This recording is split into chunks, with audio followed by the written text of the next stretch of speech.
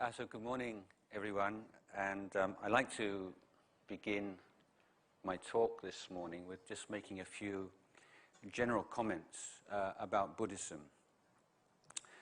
And the first is that I would like to propose the idea that the religions of the world may be grouped into different families. And the family of religions that we are most familiar with in Europe is the family of religions that grew up in the Middle East. Judaism, Christianity, Islam form one family. They even share some of the same holy books. And I think that we can characterize these religions most simply as belief systems. And so in order to become a member of one of those religions, you have to believe in their scriptures. And we've been very familiar with this idea of religion as a belief system. Joining a religion means adopting a set of beliefs. And the major challenge to us is how to create and maintain the right relationship between ourselves and the holy, as it is represented in the books, as it is explained to us. We have teachings that tell us what is right and wrong, and there is a reward and punishment system that if you act correctly, then you'll be rewarded. If you act incorrectly, you'll be punished, something like this. But essentially, belief systems. Now, through assuming that all religions are belief systems, there has been a great deal of confusion with regard to Buddhism. The question is it really a religion at all, or is it a philosophy, or is it a way of life, or whatever? So what I would like to suggest that you consider is my understanding that Buddhism is a different family of religions, and it is a religion which is not a belief system, but an education system. And so the Buddha, on one occasion, referring to his teaching, said, "This is a teaching of effort. This is a teaching of conduct." Now, what he means by that is that the criteria of your life as a Buddhist, whether you are living the Buddhist life, is not measured in terms of your beliefs. It's measured in terms of your actions of body, speech, and mind. So it's very much based on this life, how you're living this life. Now, today is the most important day in the whole Buddhist calendar. It's the full moon of May, and we call it the Visakha moon. And it is the day in which we commemorate the birth, the enlightenment, and the passing away or death of the Buddha. Now, some people may say, is that really likely that he was born and got enlightened and died on the same day? Well, it doesn't really matter whether you believe it or not. It's not essential to being a Buddhist. There are many of the stories about the Buddha's lifetime that many Buddhists find hard to believe. And that's all right. It's not compulsory that you believe the details of the Buddha's biography, because this is not a historical religion, and not a religion that stands or falls on whether or not such and such a thing happened in the Buddha's lifetime. But there is one event which is central in Buddhist tradition, and that is the enlightenment of the Buddha. And so although Buddhism is not a belief system, there is a role for belief. certain things we take on as beliefs, rather in the way that a scientist would take on a hypothesis. Based on the evidence at hand, you create a hypothesis. What do you do with the hypothesis? Well, you have to believe in its credibility enough to be willing to commit resources and time and effort to test it out. So we have belief in certain teachings of the Buddha, but they have to be tested out. A Buddhist believes that there is such a thing as an enlightenment, and that the Buddha realized it 2,500 and more years ago under the Bodhi tree in northeast India. Now, it's made very clear in the Theravada school of Buddhism, it insists on the fact that the Buddha was a human being. He was a very special human being, certainly, but he was a human being. He lived for 80 years, became old, and died, just as an ordinary human being would.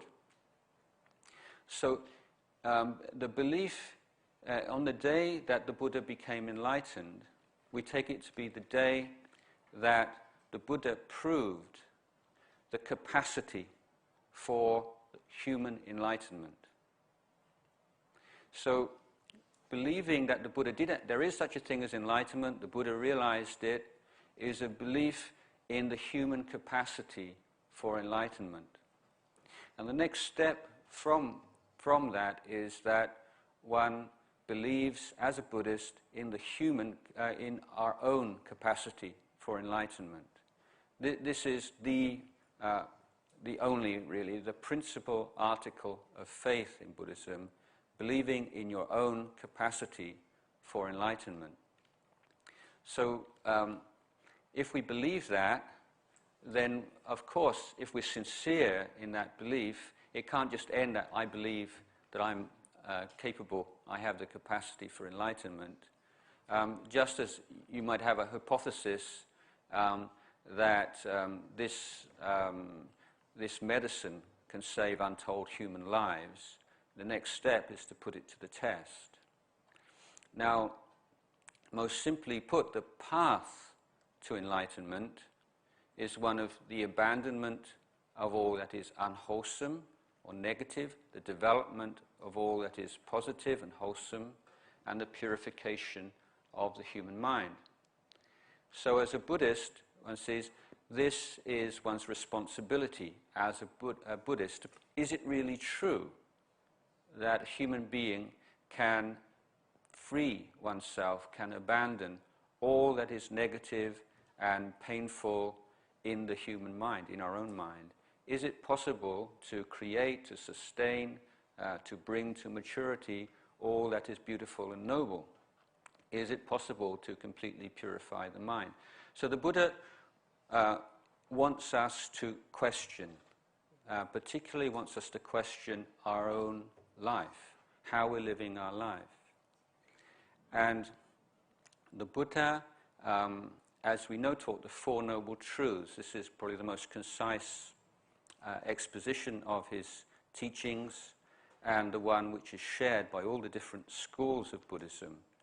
And that is the teaching of dukkha, the cause of dukkha, the end of dukkha, and the path to dukkha. Now, what does this word dukkha mean? Unfortunately, we don't have a word in English which really corresponds to the word dukkha. It's a very profound concept. So, usually translated as suffering. So you say Buddhism says that life is suffering. Well, that's very misleading. What the Buddha said is life is dukkha. Now, I think a very everyday kind of translation that probably most people would agree with is life is not easy. That's what it means, basically. Life is not easy. The second noble truth is that there are reasons that life is not easy. It's not our fate. It's not something imposed upon us by a deity as a punishment. There are causes and conditions underlying that dis-ease, the fact that life isn't easy, and there is a way towards a true easiness, and there is an experience beyond this sense of dis-ease or lack, or the feeling that something's not quite right, the sense of incompleteness that we have in life, and that there is a path which can be followed by all of us leading to that state. Now, another way of expressing that is that our life as unenlightened human beings lacks true happiness, and that there is a cause for that. There is the possibility, there is the experience of true happiness, and there is a path to it. And the path to it is the Buddha's education system, sometimes called the threefold training or the threefold education. Now, that involves an education of every area of your life, both external and internal. The four areas which the Buddha pointed to in particular are your relationship to the material world that you live in, your relationship to the social world. Those are the two external areas. Internally, it's an education of emotion. And secondly, the second internal factor is of the wisdom faculty. So wisdom is taken to be the superior virtue or the highest virtue in Buddhism. But there's a recognition that the wisdom faculty can only be exercised when all the other areas of the training are in place. In other words, we can characterize this education as a holistic system. And this is why one of the other reasons that Buddhism is often misrepresented or not practiced effectively is tendency to cherry pick or just to take certain elements of this education system and practice them in isolation. And as in any holistic system, you know that you can't do that. You lose the sense of balance. And so if you take Buddhist meditation techniques out of their context within the whole education system, you get quite an effective stress reduction practice, which is something that's good in itself. Or else Buddhist meditation tends to get absorbed within the whole world of psychoanalysis, sort of all these schools of dealing with mental distress that have developed, all the different therapies that are available these days. I think Buddhism is offering something more profound than that.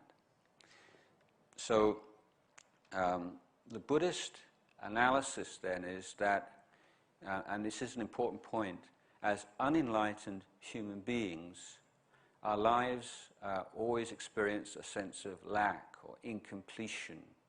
There is a flawed nature to life as we normally experience it.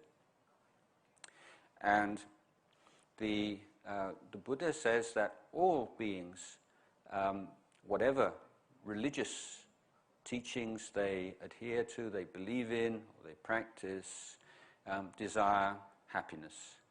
Nobody desires to suffer. So if I was to say to you, I'm just going to sort of zap you with psychic energy and give you a little bit of happiness, just a little bit, would you be interested? I think most people would, even a little bit, everybody would say, yes, I would like a little bit. And if I say I want to give you a little bit of suffering, not very much, just a little bit, I don't think anybody would really want even a little bit of suffering. So what is absolutely amazing is that the central preoccupation of us as human beings, irrespective of religious, political views and beliefs, is that despite the fact that we all want to be happy and nobody wants to suffer, we have no systematic education as to determine what exactly is happiness, what exactly is suffering. How do we protect ourselves from suffering that arises? How do we deal with it once it's arisen? How do we, what's the correct way, the most intelligent way to search for happiness? How do we care for the happiness that arises and to bring it to fruition? It's stunning that in the vast edifice of education systems throughout the world, that this is not, one of the main things that you learn. And the meditation techniques, based upon, initially on developing the ability to sustain attention on an object, are seen to be very extremely difficult, intimidating, and so on, when in fact, I would suggest this should be the actual elementary mental hygiene. The fact that we can't keep our minds on an object for more than a few seconds at a time,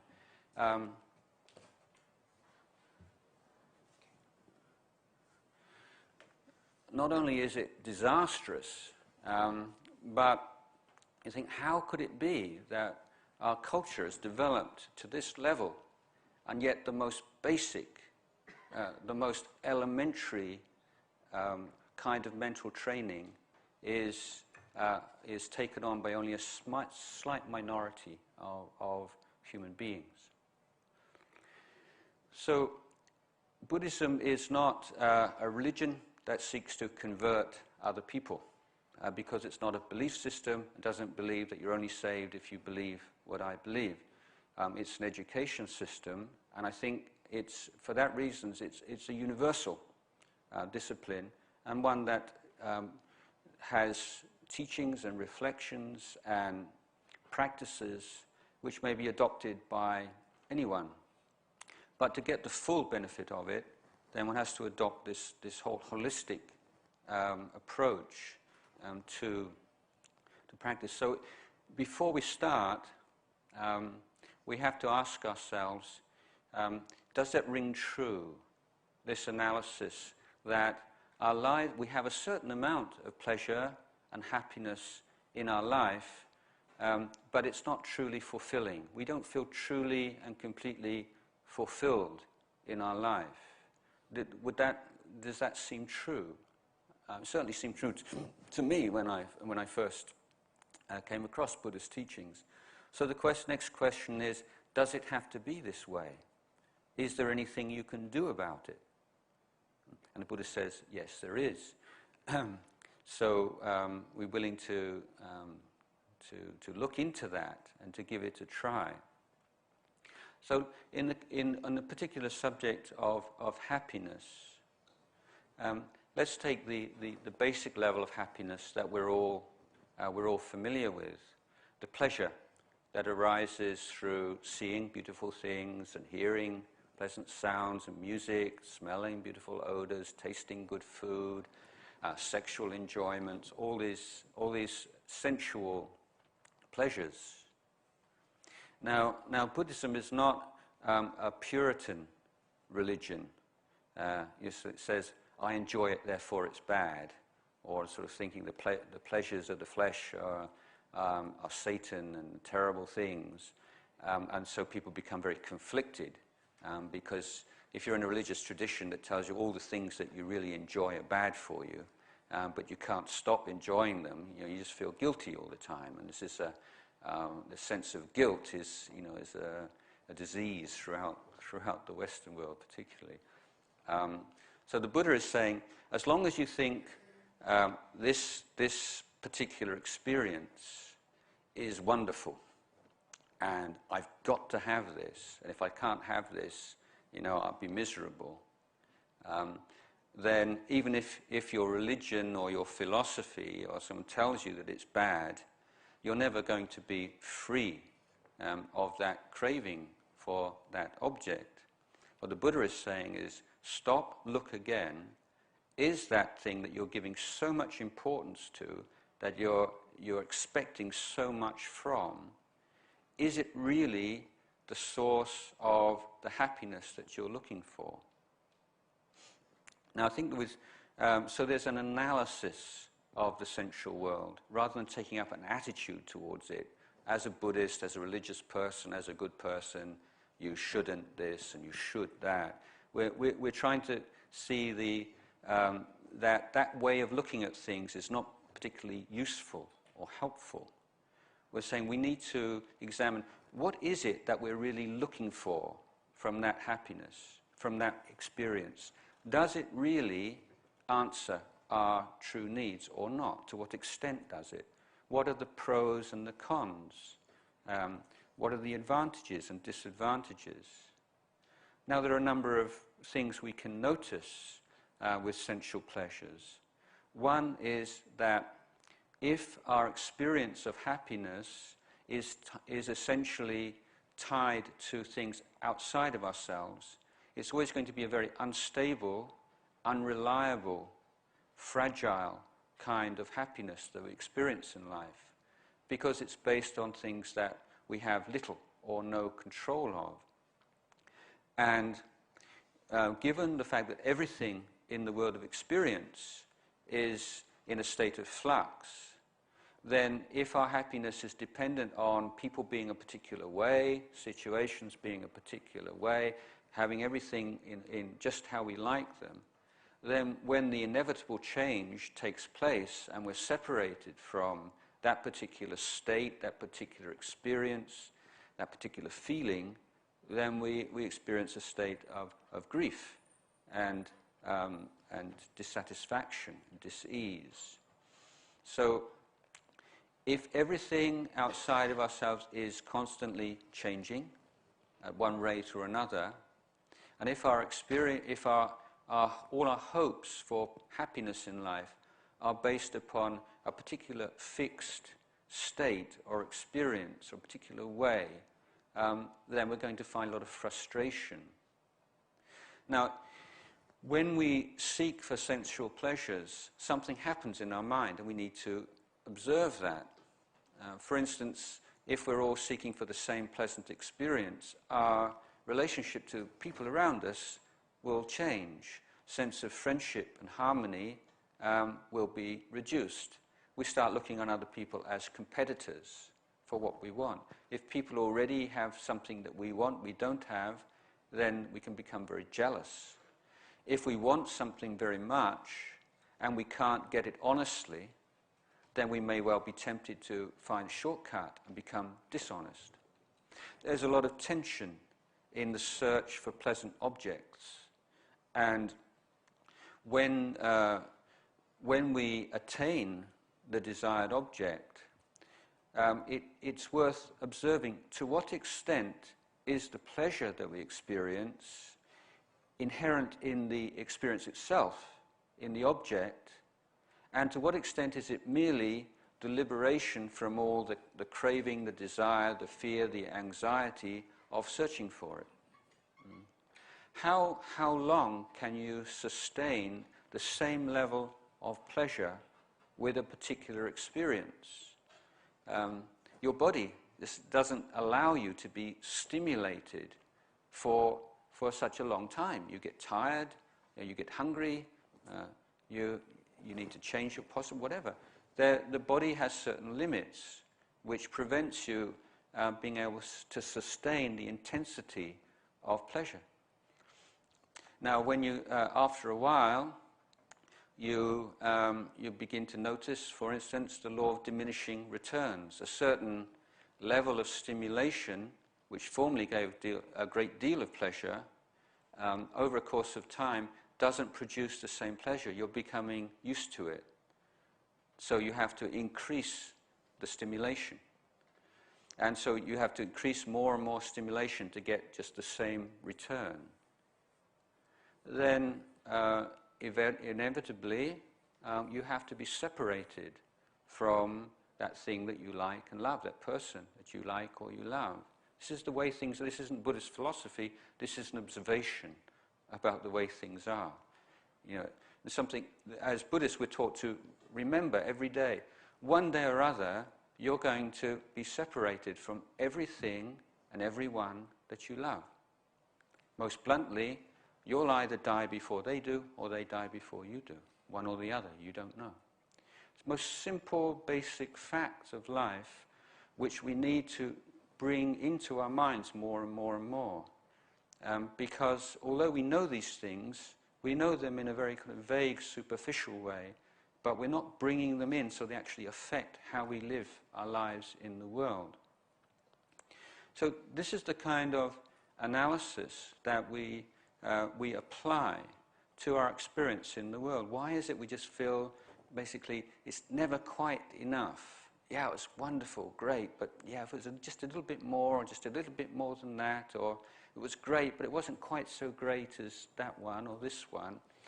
And that constant grasping and that sense, that awareness that with the mind in its normal state, there's no sense of enough. This is the crucial question in our history as a species right now, isn't it? With global warming and everything, how much is enough? You know, as long as we think we have to keep growing and expanding and so on, how much of the resources of the world, how much is enough? How much comfort do we need? How many consumer items do we need? And sooner or later, we're going to have to make a value judgment here as how much do we need to live a good life? And what is a good life? Now, we're approaching that crunch position where it's not, living to consume anymore, or as much as we can. Why do this? Well, we do it because we can. I think we're going to have to go beyond that.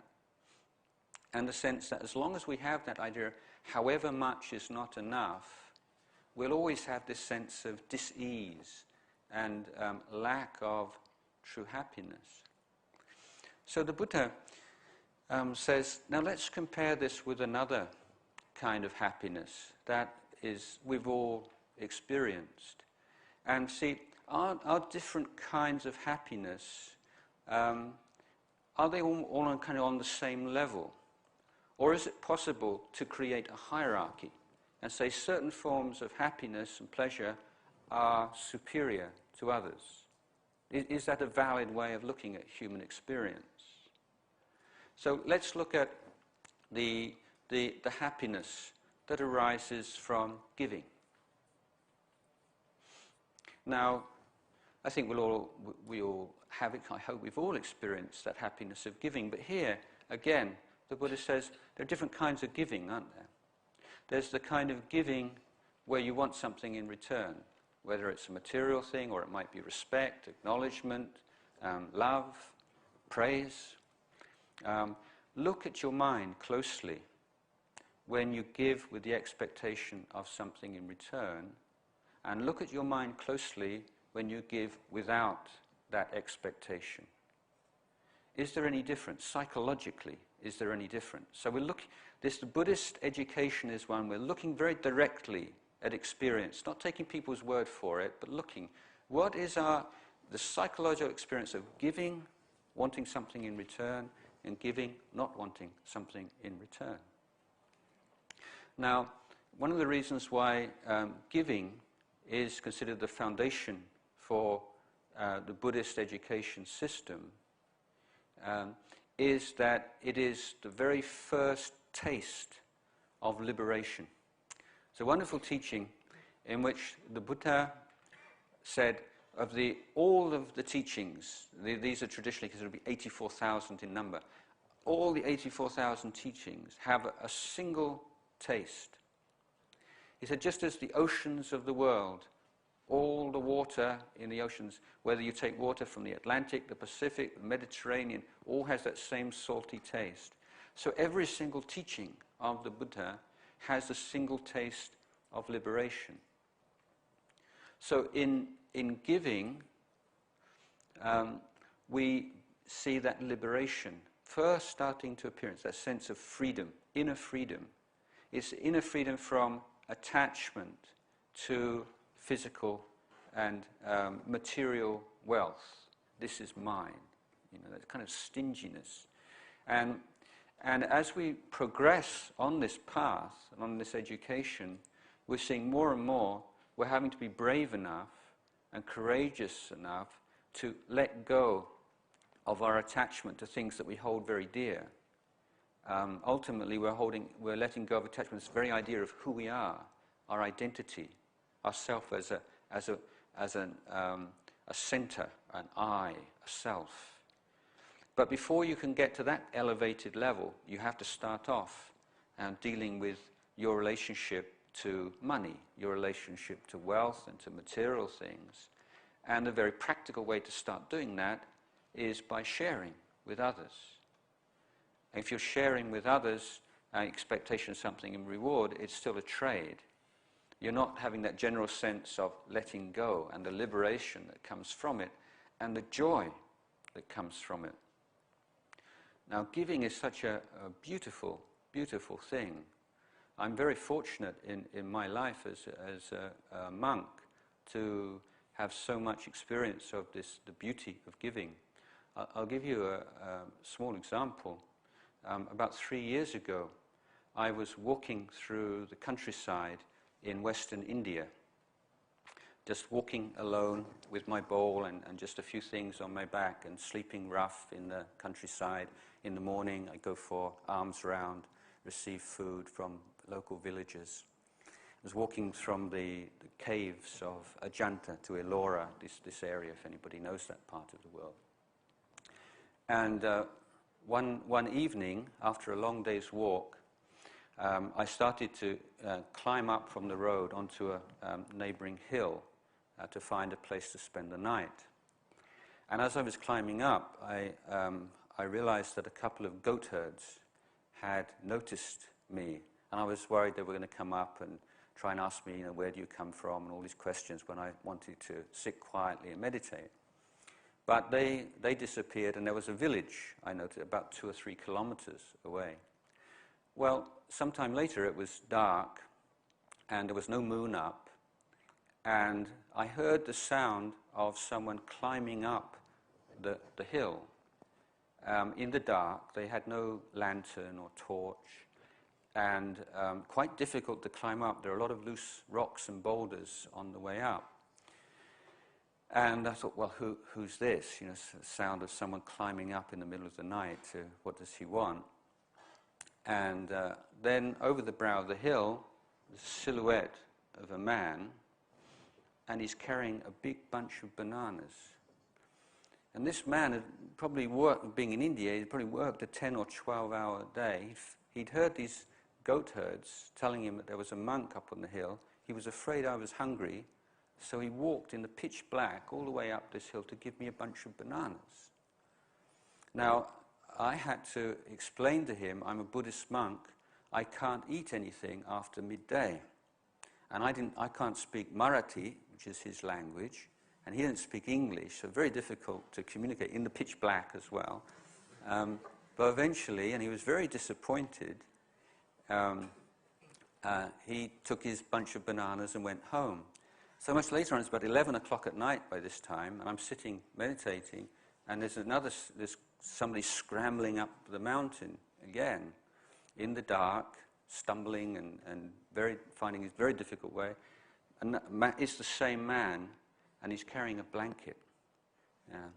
He was frustrated in his desire to give me something. He couldn't give me food. He thought, what can I possibly give this monk? So get a blanket. So this old sort of threadbare blanket was probably the only blanket he had. He probably didn't have a blanket that night. He insisted that I use this blanket. And he was so happy. He's beaming. I mean, he was so joyous that he'd actually been able to climb all up this mountain and give me a blanket that would keep me warm that night. And this, I think, is the beauty of giving. And have you noticed something also? Again, it's just about being observant, noticing things about yourself.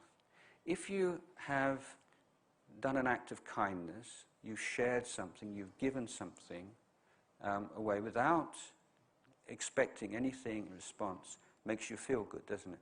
Now, what's magical about this is it's not time-bound. A year later, 5 years later, 10 years later, 20 years later, the moment you think of that act of kindness, you feel good. You just feel uplifted. You feel happy. And this is why giving, generosity, is called in the Buddhist texts a noble treasure of the mind, because it's always there. You can always draw upon it at any time. Just the memory of your generosity and kindness makes you happy. So I teach people, number of people at the last stage of their life, just before their death. And generally in Thai Buddhist cultures, the idea is you try to tell them to meditate before they die. Say, Granny, be aware of your in-breath and your out-breath, and make your mind peaceful. But if you've never meditated, throughout your life, 70, 80 years old, whenever you've got no physical pain and nothing, and you can't do it, and you expect someone to do it when they're 70 or 80 years old, it's just not really going to work. And I find that the best meditation to teach is the recollection of goodness. So there are many different ways of dealing with the mind. And one way of bringing the mind to calm and peace and sense of happiness and joy is recollection of one's own goodness and kindness in the past. So I would suggest the children, friends, to encourage that person to remember 10 things that they feel most proud of in their life, and then to go through them one at a time, 2 or 3 minutes, just encouraging them to remember how that felt, to be kind and to share and to give and to help others.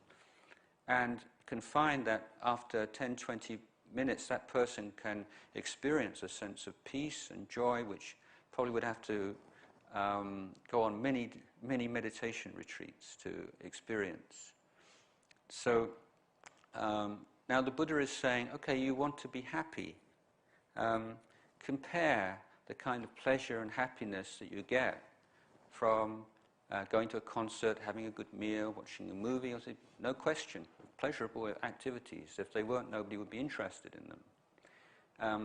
But look at them in the whole thing, the pros and the cons, and particularly if you're in extreme physical pain. I hope you won't be, but if, let's just say you're in that kind of situation where you're feeling really depressed and you're feeling really low, try this experiment. One, recollect a really good time you had in the past. How effective is that with dealing with present pain? And then recollect an act of kindness and generosity in the past. Now, my proposal is that you will experience a lifting of your mood, a reduction of your distress with the recollection of giving and generosity, more than just recollecting a time you had a really good time.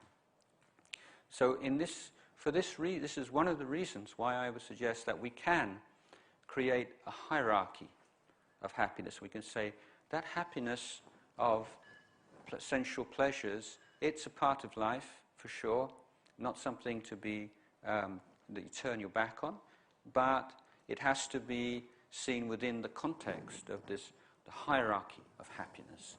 And if the problem being that if we devote too much time and energy to the sensual pleasure form of happiness, that we restrict our opportunity and our access to the higher forms of happiness.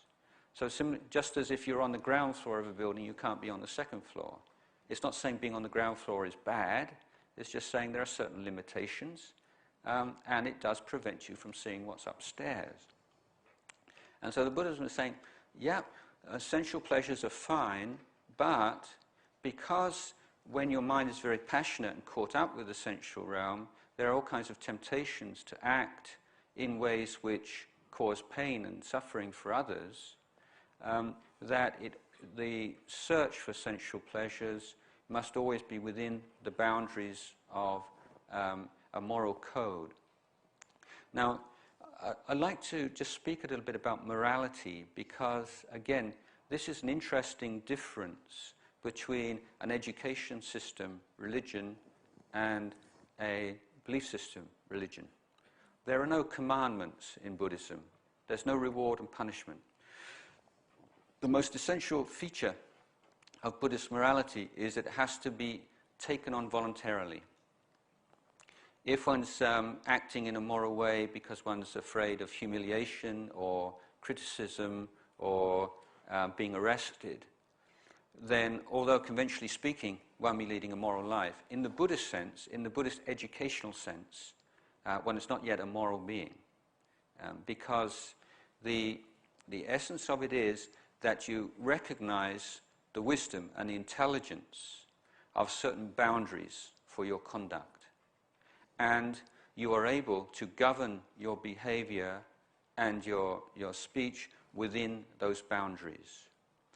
It's through that kind of morality that you experience this education and you experience another kind of happiness. Happiness of blamelessness, the happiness of the lack of, or the freedom from, and the liberation from self-remorse, self-aversion, self-hatred, and guilt. So if we take a modern Western term, like self-esteem, what's the Buddhist approach to creating self-esteem? Well, these two elements. One is generosity, and one is morality. These two. Generosity, why? Because when you give, you're making a positive impact on other people, on the recipient of your gift. You're proving that your life has some meaning, that your life has a positive effect on others. That's a wonderful, wonderful feeling. And with morality, you are giving a gift also. You're giving a gift of harmlessness to others. Now, when I spoke just a moment ago about voluntarily taking on precepts or particular boundaries for your conduct, the thinking behind it is this. Let's all just imagine an ideal world, an ideal family, an ideal community, an ideal society. What are the kind of principles which would have to be upheld to maintain the kind of society we'd like to be? What would it be like? I would think we would all agree, wouldn't we, that we'd feel a sense of security. We feel safe. We feel a sense of belonging. And most importantly, perhaps, we feel a sense of trust. Now, again, we're looking at the nature of the human being here to determine if that's the case, how can we train ourselves? How can we educate ourselves? What faculty of the human being do we need to make use of as a tool to lead us towards the kinds of family, the kind of community, the kind of society that we want to live in? The Buddha points to this very simple ability to refrain. Now, all of us have, every now and again, inappropriate desires, instincts. And we're all of us familiar with a sense of saying, no, I won't do that. No, I won't say that. Why not? Don't you want? Yes, I want to, but why not? Well, it wouldn't be right. It would be hurtful. It would make that person very unhappy. So I won't do it, even though I want to do it. This is absolutely normal in our life, for all of us, isn't it? But it's a proof that, unlike animals, we're not merely the prisoners of our instincts. We all have instincts, nothing to feel bad about, but we also have this special, unique ability to stand back from our instincts and to say no. And that's the ability to say no is a creative ability. There's a wonderful quote from Chekhov, and he wrote a letter to someone, and he said, I'm sorry that this letter is so long. I didn't have enough time to write a shorter one. So in art and in creative activities of every kind, we recognize that as important as what you put in is what you leave out. And leaving out stuff is often maybe more decisive. It's what you edit out. Or in Chinese painting, it's huge spaces. It's the huge spaces that make the small, intricate parts of the painting most so powerful. So in our life, what you don't do is often as important as what you do, what you do say. So we take upon ourselves certain precepts, and these precepts we can call pegs for mindfulness. So those of you who have some contact with Buddhism may have heard of this term, that mindfulness, becoming much more widely known. The important thing is, mindfulness is not just a kind of a floating, mystic kind of quality, but mindfulness always has to have an object. So the reason why it's very hard to be mindful in daily life is because the object of mindfulness is usually not clear-cut. Now, in mental development, in the meditation practice, we're mindful of a particular object. It might be an aspect of the physical body, like the breathing, or it might be a word, or it might be a concept, or it might be a teaching, or whatever. And being mindful of it means that you don't forget it. Now, being mindful generally means that you don't forget whatever you need to remember in any situation. That's being mindful. So if you're in daily life, you might need to be drawing upon memories and learning knowledge that you've accumulated in the past. And being able to recollect knowledge and apply it effectively in the present moment is part of being mindful.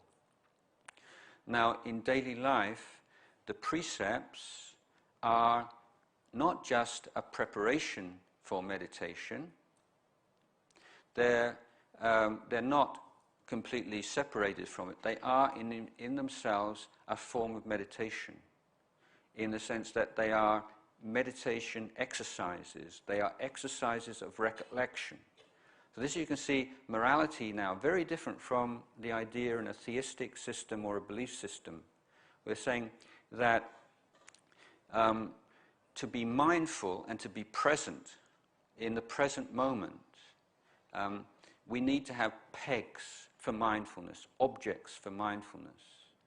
So the most basic are precepts which we take on upon ourselves as a training.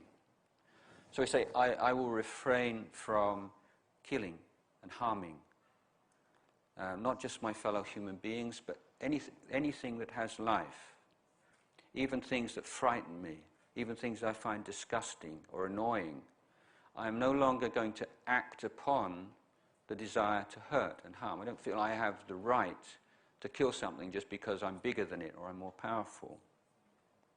Now, that is a revolution in your life if you take on that kind of education of conduct. Now, it's very important here to recognize that we cannot use willpower or volition to prevent emotions from arising. If you feel angry, you want to hit somebody, you even want to kill somebody, you can't take a vow and say, from now on I'm going to be a good person, I'm going to be a peaceful person, I'm going to be a peace activist, I'm never going to get angry with anybody, I'm never going to have nasty thoughts about anyone ever again. You'll go crazy like that. You can't do it. It's not possible. But the wisdom is to see that what you can do, where you can take responsibility, is whether or not you act upon those impulses. Now, in this holistic education system, we say one of the things that makes us unhappy are actions and speech which we feel to be incorrect and wrong, and which create a great deal of remorse and bad feeling afterwards. So keeping precepts liberates us from creating bad karma by acting in ways which cause suffering for ourselves and others in the present and in the long term. There's that liberation. but it makes us happy. It's a weight off your mind. And you're helping to contribute towards a society in which you'd like to live. So keeping precepts is not the whole training, it's part of the training.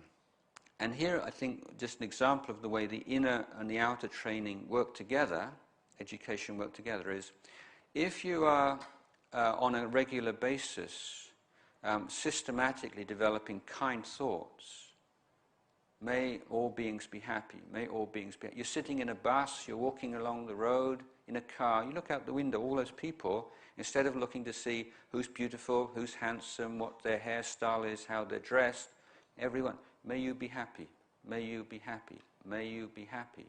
By the time you get to school, by the time you get to college, you just feel great. So this is a very accessible, easy way of experiencing happiness from the mental training.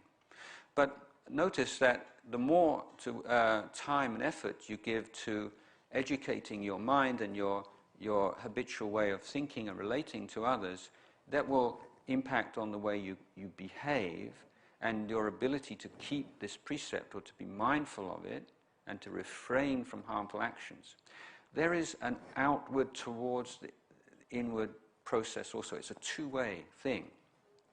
So every time you have a volition to harm or to speak harshly or hurtfully, be sarcastic, be nasty, every time you realize that, you stop. This is not repression. There's a middle way between repression and expression. It's just to stop.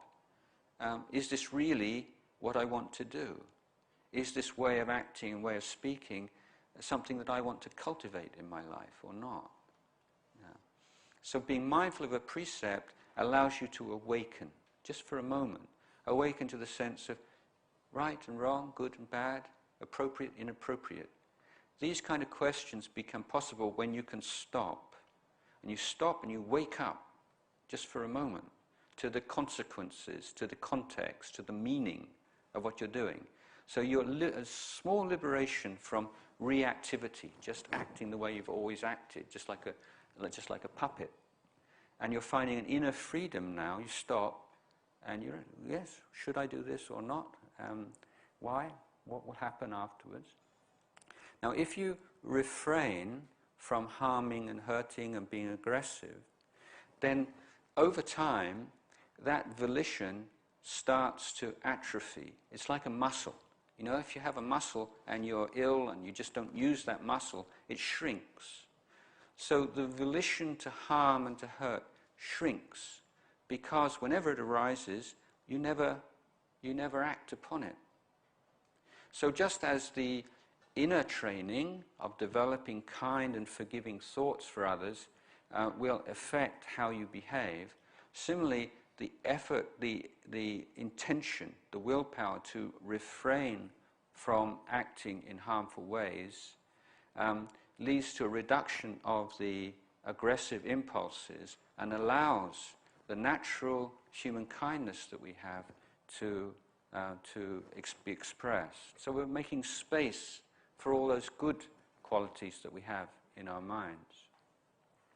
So keeping precepts has to be voluntary, and if it's practiced correctly, it should lead to a reduction of sense of low self-esteem, self-aversion, self-hatred, guilt, and a growing peace of mind. Now, briefly about meditation.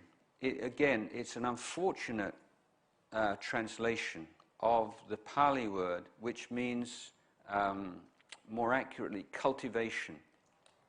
So, in any kind of activity in which you are actively seeking to protect the mind from negative qualities that have not yet arisen, or to reduce or eliminate negative qualities that have arisen, if you are devoting yourself to creating wholesome, good, noble qualities that have not yet arisen, and caring for and nurturing those that have arisen, you're meditating, if you want to use that word. It's not just something you do with your legs crossed and your eyes closed, walking up and down. That is the most kind of intense, what we say, formal version of it. And it's extremely important because it's a kind of meditation which is on a lot deeper level than you can do in daily life. But it's within this overall effort to develop and abandon wholesome and unwholesome qualities. So if you're in some kind of a situation with somebody that you find really unpleasant, but you don't have any choice, you can't just sort of close your eyes and meditate on your breath. Does that mean you can't practice? Well, yes, you can. The challenge is, what is the spiritual practice available to me right now? What can I do practically right now to keep on the middle path, to have this sense of educating myself, learning, going beyond, liberating myself? How can is it possible to experience some sense of happiness and contentment in a difficult situation? And then we see the importance of the mind, and on the extent to which we have a familiarity with, and we've developed techniques to sustain positive emotions, and also our thinking, our wisdom faculty. Often just a change of attitude can create quite an amazing difference. Now, when I was first in Thailand with my teacher, I didn't speak Thai at all, and we'd have very long talks. We sit on a concrete floor for 3 hours at a time in a very unusual posture, kind of not cross-legged. Sort of, you may have seen Thai polite posture, which is difficult to sit in. Very hot, no electricity, no fans, lots of mosquitoes. Didn't understand the word, 3 hours at a time. And Ajahn Chah, my teacher's discourses, I quite actually could enjoy to a certain extent because I just like to see him talking and expressing himself. But I'd hear this word, I think this is just about my first word, substantive word in Thai. I just hear this word, ot ton, ot ton, ot ton all the time. So I asked this Western monk, he says, what does ot ton mean? And he said, patient endurance. And in the Buddhist tradition, the kind of key teaching that the Buddha gave in the first year of his life, where he kind of summarized the essence of his teaching for his enlightened disciples to go off and spread the teachings elsewhere. He said, patient endurance is the supreme incinerator of defilements or negative qualities. Now, even amongst the Buddhist tradition, there's still this sense of being patient is kind of like a consolation prize. You know, you say, I didn't get very much out of it at all, really, but, well, I guess at least I got a bit, developed a bit of patience, as if it's kind of like better than nothing. But in fact, the Buddha is saying this is the supreme transformative quality in spiritual life. Now, patient endurance, it's more like enduring patience, and it doesn't mean like just gritting your teeth and putting up with it, how much longer. That's not what it is. But there's a beautiful translation of this phrase by one of my other teachers, Ajahn Sumedho. It says it's peaceful coexistence with the unpleasant. Being able to be at peace with what you don't like, with situations, or with pain, physical pain. So not just, I just don't want to have to put up with this, I want to get away with this. Why? Those are all the things that undermine patience. In certain circumstances, it's appropriate to take measures to change a situation. But in certain circumstances, you can't do that. It's not appropriate. Be patient. And to see that actually is, you're practicing, you're developing inner resources, inner skills. Now, if you're not patient, you'll always be in this situation of you'll find happiness with difficulty, and you'll find pain and discomfort and disease easily. Now, one of the signs that you're developing in this Buddhist education system is that you find the things that make you unhappy become less and less, and the things that make you happy increase more and more, to the extent that things you would formerly think, how could anybody possibly do that, you know, and then suddenly, wow, I really enjoy that. I was just speaking with friends at the front, our professors who visited my monastery in northeast Thailand, and they slept on the floor in a very kind of primitive. They said they had a wonderful time. You see, you know, the idea of sleeping on a hard floor in a hall in a forest is maybe doesn't, you know, immediately appealing, but there's situations that if you are fully accepting of them, the physical discomfort becomes only a minor distraction.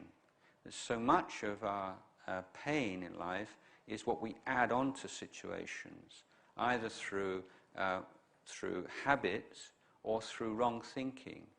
And so here we do see, you know, a great opportunity for ourselves. There's certain situations we can't change, but we don't have to suffer about them. Now, if we do a simple analysis, let's say someone comes and slaps your face. You know, it hurts. Slap my face, it hurt me. Fully enlightened being, my teacher Ajahn Jayasaro, just slap his face, you know, his face would hurt, because this is the nature of the physical body. It's irrespective of who you are, where it is, if you slap somebody's face, their face will hurt. But now, in the case that, say, somebody says something nasty to you, hurtful, humiliating, you know, it's not the same, is it? There's not the same kind of phenomena, because one person might receive insulting words and be very angry. Somebody else might be mildly irritated. Somebody else might not make anything of it. Somebody else might think it's funny. Somebody else might be completely equanimous and saintly. So that indicates, doesn't it, that it's not just a natural, inevitable result of hearing hurtful words, in the same that we have the same result, whoever, wherever, whenever, of having a physical attack. So the question is, why the difference? Even in our own life, you can see maybe something happens, one day you're in a really good mood, and you don't make anything of it, hardly think about it. Another day, and carried around all day, and it really makes you suffer. So what's the difference there? So all these things point to the fact that we often use language unwisely and create pain and suffering for ourselves unnecessarily, particularly when we say, that person made me so angry. That person made me feel so sad. That person destroyed my life.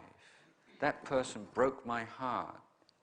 You know, you're speaking in a way that doesn't actually relate to the way things are. You're being misled by language. Nobody can inflict anything on your heart unless there is some part of you consents to that, or participates in it, or cooperates with it. Now here, this we'll begin to see where a true kind of mature happiness can arise, when in the hierarchy of happiness, the principle is that the more conditioned the happiness is, the less secure, the more inferior. The less conditioned the happiness is, the more independent of conditions it is, then the higher it is, the more desirable. So if we are able to recognize and to develop the inner resources not to add on to things that happen and let them just be what they are, we can find even in the most difficult circumstances, even when people are treating you badly and things are not going well, you realize there's no law of nature that you have to suffer because of this. You can be made uncomfortable physically, but if you're suffering, it's always because ultimately there is an inner cause, what we call samudaya. The cause of suffering is the desire that arises from ignorance. Now, a brief point here, another way that Buddhism has been seriously misrepresented is that in Western languages we rather lack sophistication in speaking about the mind. And in Buddhism, we have two words for desire. One kind of desire is the desire that arises from ignorance, a lack of knowledge, a lack of understanding, or wrong understanding. Any desire that arises from ignorance, wrong understanding, is called craving or tanha. And that's the word that we find in the Four Noble Truths, which is the most well-known presentation of the Buddha's teaching. So the Buddha is saying, it's not saying suffering arises from desire, you shouldn't have any desires. He's saying suffering, or the lack of true happiness in life, lack of true ease, the sense of lacking completeness, arises through the kinds of cravings that arise from ignorance, the tanha kind of desire. At the same time, there is another kind of desire which arises from knowledge, understanding, clear recognition of the way things are.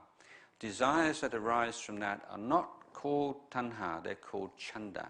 It's a different word, it's a whole different thing. So you have a useful, beneficial, important, actual invaluable kind of motivation. This right desire, which is called chanda, as against the desire which arises from ignorance. So the movement from ignorance to understanding is the one that affects motivation and desire. So to say that Buddhism says you shouldn't desire anything, that's wrong. If you see someone suffering and you have ability to help them, the desire to help them is chanda, it's not tanha.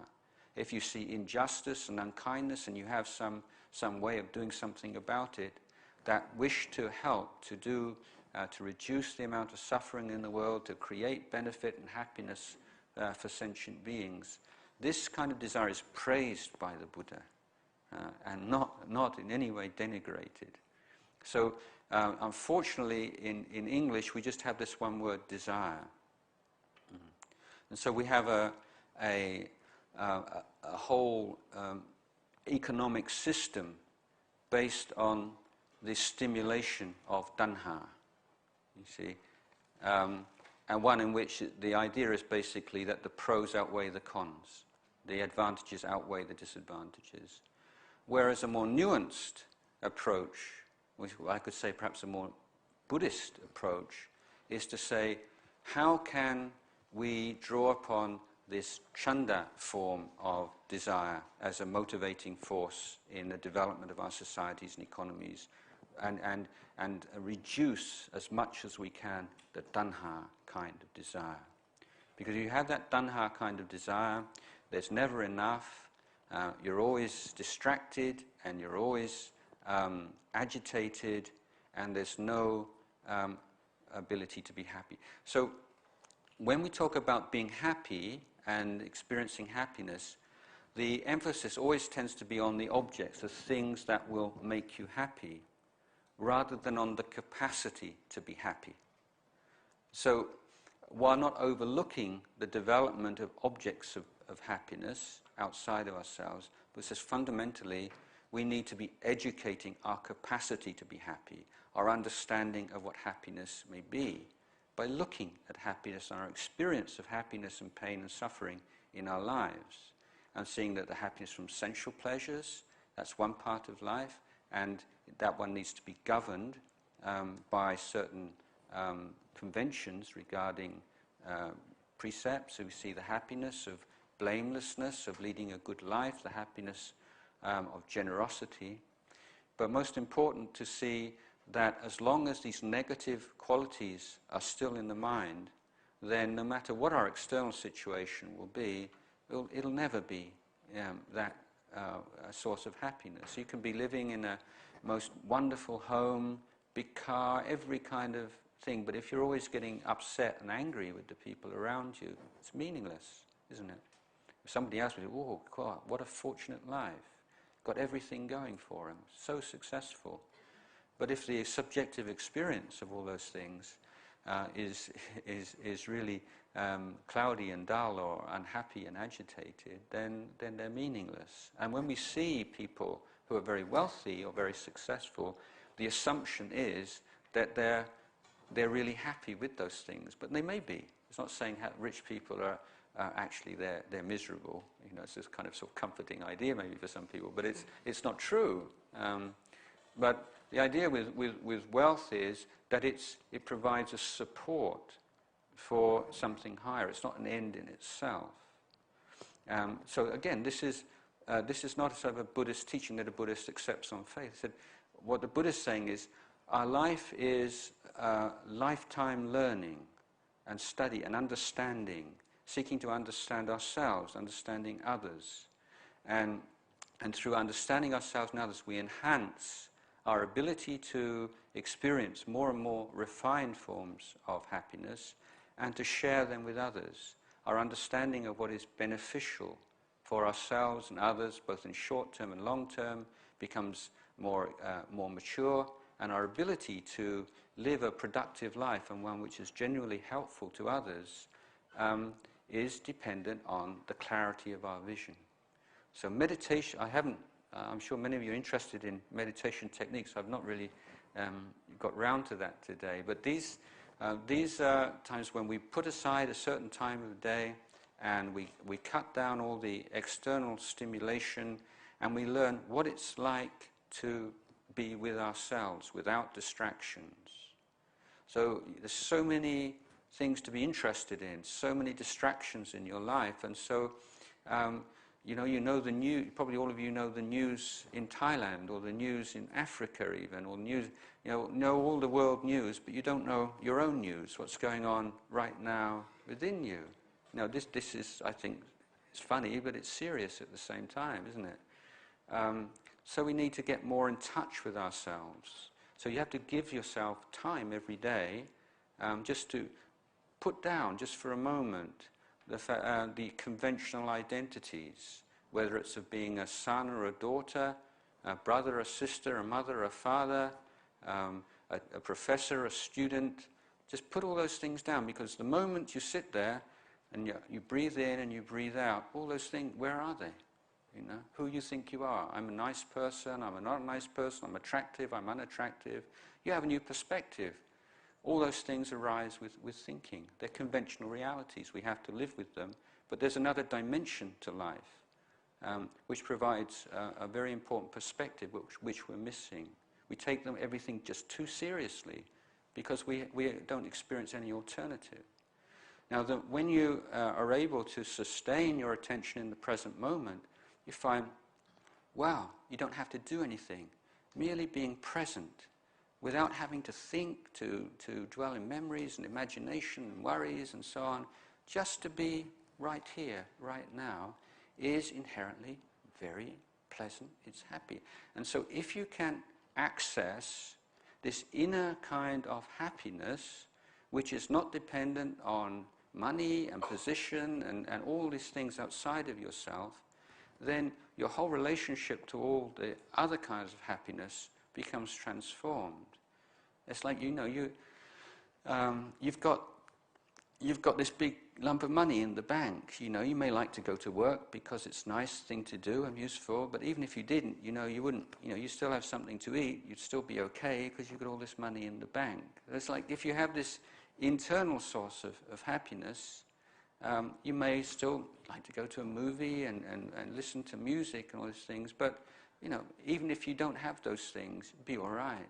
They're not the real essential source of your well-being in life. So happiness here, I think we can, probably a better definition would be a sense of well-being. The Buddha said that the the happiness of internal peace, the ability to let go of negative emotions and to develop awake and present in the present moment is a supreme kind of happiness. And ultimately, the happiness of the graduate, what we call the Aseka Puggala.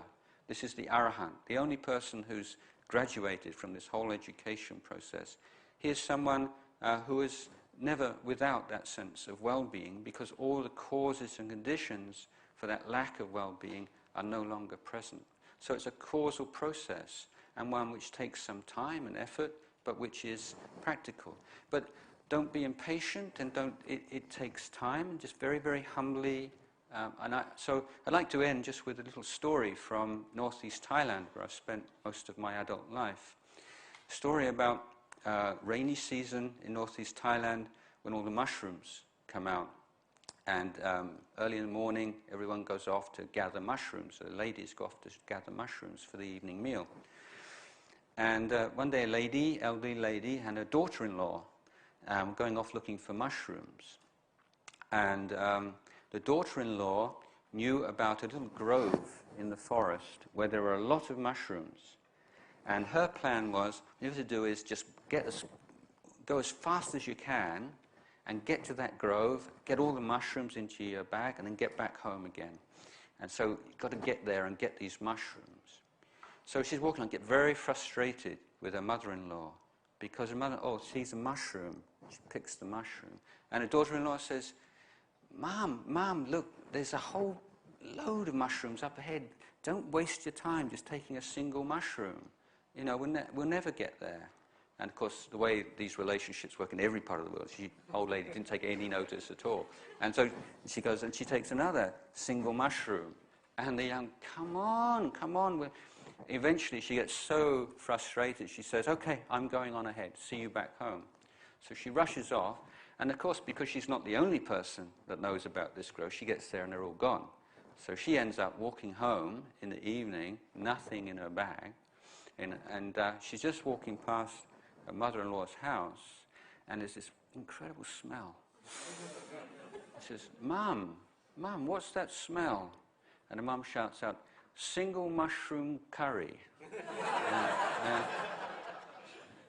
So this is what we want in Buddhist, single mushroom curry, just a little bit at a time, and it's better than, going for some kind of flash of enlightenment or some special.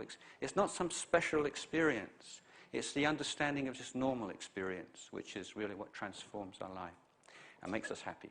So I'd like to leave my talk at this point.